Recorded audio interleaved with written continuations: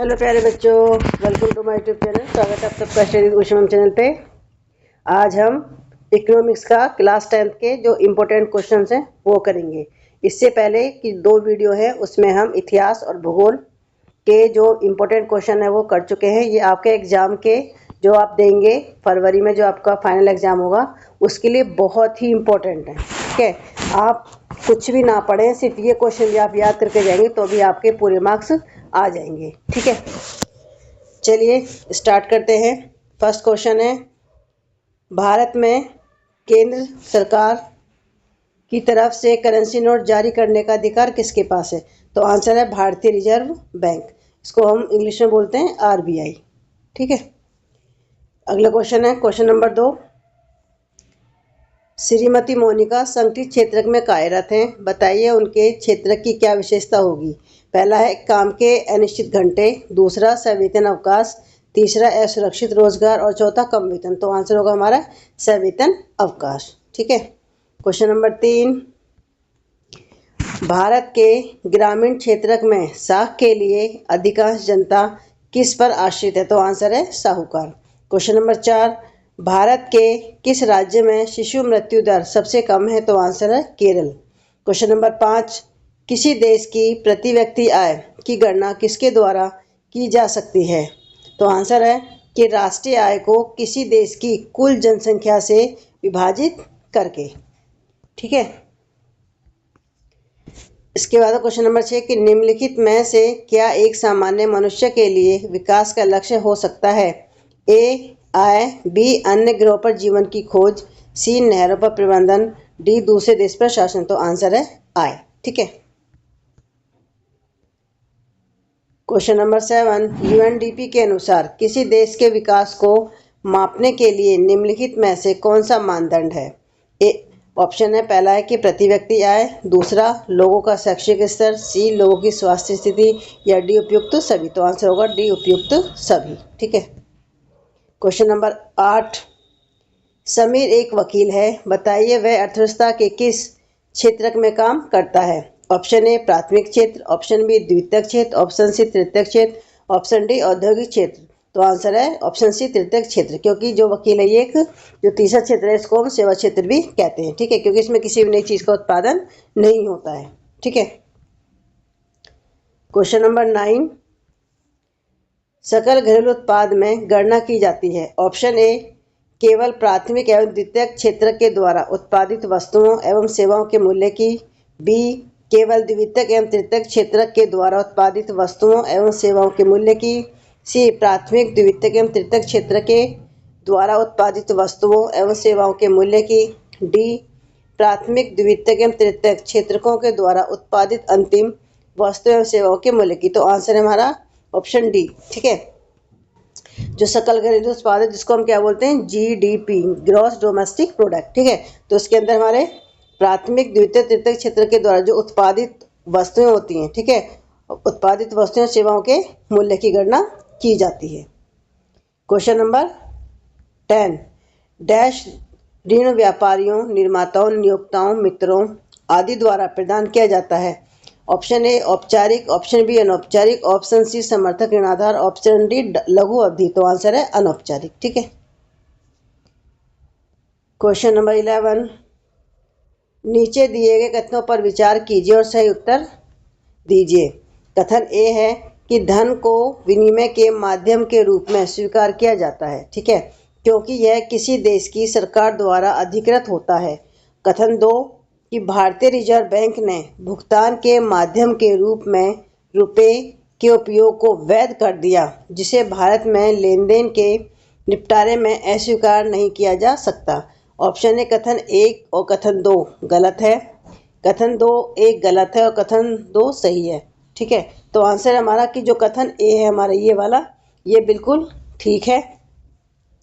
ठीक है, और दूसरा कथन जो है वो हमारा गलत है। ठीक है, क्वेश्चन नंबर 12। अभिकथन है कि मुद्रा लेन देन प्रणाली वस्तु विनिमय प्रणाली से बेहतर है। ठीक है, कारण है कि दोहरे संयोग की समस्या समाप्त हो सकती है। तो आंसर हमारा, यानी कि इसमें जो हमें ये एसोलेशन दे रखा है, ये अभिकथन और रीजन दोनों ही बातें सही है। और जो ये है जो रीजन है, ठीक है, ये इसकी सही व्याख्या करता है। क्वेश्चन नंबर 13 डैश सरकार द्वारा निर्धारित बाधाओं या प्रतिबंधों को हटाने को संदर्भित करता है। तो आंसर है उदारीकरण। ठीक है। क्वेश्चन नंबर 14 1991 में भारत सरकार ने व्यापार बाधाओं को हटा दिया क्योंकि ऐसा लगा कि कि भारतीय निर्यात बहुत अधिक था, बी भारत के विकास के लिए पैसों की जरूरत थी, सी घरेलू उत्पाद विदेशी उद्योगों से संपन्न होने को तैयार थे, डी लोगों को अंतर्राष्ट्रीय उत्पादों के लिए आयात की जरूरत थी। तो आंसर है सी। ठीक है, कि घरेलू उत्पाद विदेशी उद्योगों से संपन्न होने को तैयार थे। क्वेश्चन नंबर 15 अभिकथन है कि सामान और सेवाएं, निवेश और तकनीकें देशों के चलती रहती हैं। ठीक है, कारण है कि लोग आमतौर पर बेहतर आय, बेहतर नौकरी या बेहतर शिक्षा की तलाश में एक देश से दूसरे देश जाते हैं। ठीक है, तो आंसर है इसमें जो विकथन है वो भी और जो रीजन है दोनों सत्य हैं। ठीक है, लेकिन जो ये रीजन है इसकी सही व्याख्या नहीं है। ठीक है। क्वेश्चन नंबर 16 अलग अलग लोगों के विकास के लक्ष्य भिन्न हो सकते हैं, उदाहरण सहित कथन की पुष्टि कीजिए। तो आंसर है कि यह सत्य है कि अलग अलग व्यक्तियों के लिए विकास के लक्ष्य अलग अलग होते हैं। पहला पॉइंट है कि प्रत्येक व्यक्ति अलग अलग वस्तुओं की तलाश करता है जो उसके लिए महत्वपूर्ण है। दूसरा पॉइंट है कि हर व्यक्ति की आर्थिक, सामाजिक और सांस्कृतिक ज़रूरतें अलग अलग होती हैं और इसलिए उनके लक्ष्य भी अलग अलग होते हैं। थर्ड पॉइंट है कि स्वतंत्रता और सुरक्षा की भावना कुछ के लिए महत्वपूर्ण है और दूसरों के लिए आय सबसे महत्वपूर्ण है। ठीक है। चौथा पॉइंट है कि कभी कभी दो व्यक्ति या समूह के लक्ष्य परस्पर विरोधी भी हो सकते हैं। क्वेश्चन नंबर 17 संगठित और असंगठित क्षेत्रों में विद्यमान रोजगार परिस्थितियों की तुलना कीजिए। तो आंसर है फर्स्ट पॉइंट है कि संगठित क्षेत्र सरकार द्वारा पंजीकृत होते हैं जबकि असंगठित क्षेत्रक पंजीकृत नहीं होते। दूसरा पॉइंट है कि संगठित क्षेत्रक में नियमों और विनियमों का पालन किया जाता है जबकि असंगठित क्षेत्र के लिए नियम और विनियम हैं उनका पालन नहीं किया जाता है। थर्ड पॉइंट है कि संगठित क्षेत्रक में श्रमिकों को रोजगार की सुरक्षा प्राप्त होती है जबकि असंगठित क्षेत्रक में नौकरी की कोई सुरक्षा नहीं है। फोर्थ पॉइंट है कि संगठित क्षेत्रक में काम के घंटे निश्चित होते हैं और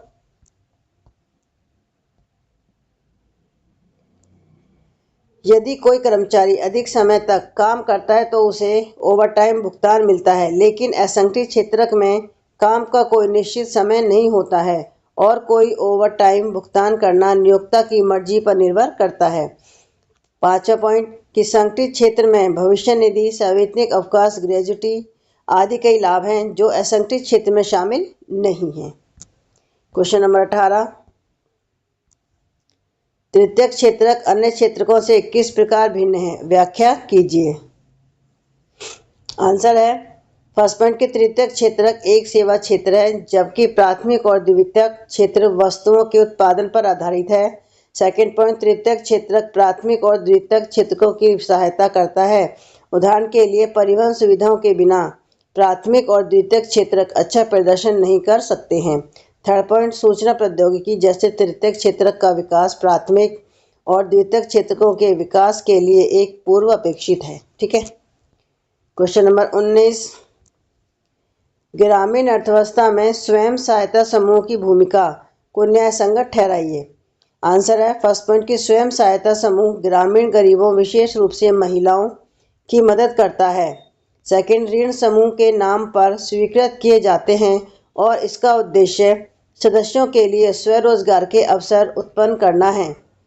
थर्ड पॉइंट बचत और ऋण गतिविधियों के संबंध में अधिकांश महत्वपूर्ण निर्णय समूह के सदस्यों द्वारा लिए जाते हैं। समूह के सदस्य ही ऋण के भुगतान के संबंध में निर्णय लेता है। फोर्थ पॉइंट है कि ग्रामीण परिवारों को समर्थक ऋणाधार की कमी के कारण औपचारिक क्षेत्र में ऋण प्राप्त करने की समस्या का सामना करना पड़ता है। पांचवा पॉइंट है कि स्वयं सहायता समूह गरीब परिवारों को आसानी से ऋण प्राप्त करने में मदद करते हैं। ठीक है। क्वेश्चन नंबर 20 सस्ता एवं सामर्थ्य के अनुकूल कर्ज देश के विकास के लिए अति आवश्यक है। इस कथन को न्यायसंगत ठहराइए। आंसर है कि सस्ते और सामर्थ्य ऋण से अधिक आय होगी। दूसरा, यदि ऋण सामर्थ्य के अनुरूप है तो बहुत से लोग विभिन्न प्रकार की आवश्यकताओं के लिए उधार ले सकते हैं। थर्ड पॉइंट, बैंकों और सहकारी समितियों को विशेष रूप से ग्रामीण क्षेत्रों में ऋण देना चाहिए ताकि ऋण के अनौपचारिक स्रोतों पर निश्चितता कम हो। चौथा पॉइंट, यह महत्वपूर्ण है कि औपचारिक ऋण अधिक समान रूप से वितरित किए जाएं ताकि गरीबों को सस्ते ऋणों से लाभ मिल सके। ठीक है। पांचवा पॉइंट है, लोग फसल उगा सकते हैं, नए उद्योग स्थापित कर सकते हैं या वस्तुओं का व्यापार कर सकते हैं। क्वेश्चन नंबर 21, एक के लिए जो विकास है दूसरे के लिए विनाश हो सकता है, उदाहरण देकर समझाइए।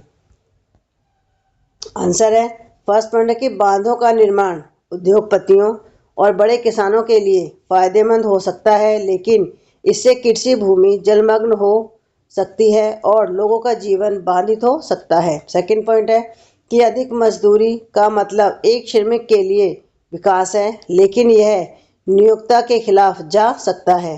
थर्ड पॉइंट है, एक उपभोक्ता कम कीमतों पर विभिन्न घरेलू वस्तुओं को खरीदना चाहता है, लेकिन एक व्यापारी या विक्रेता इन वस्तुओं को उच्च कीमत पर बेचना चाहता है। ठीक है।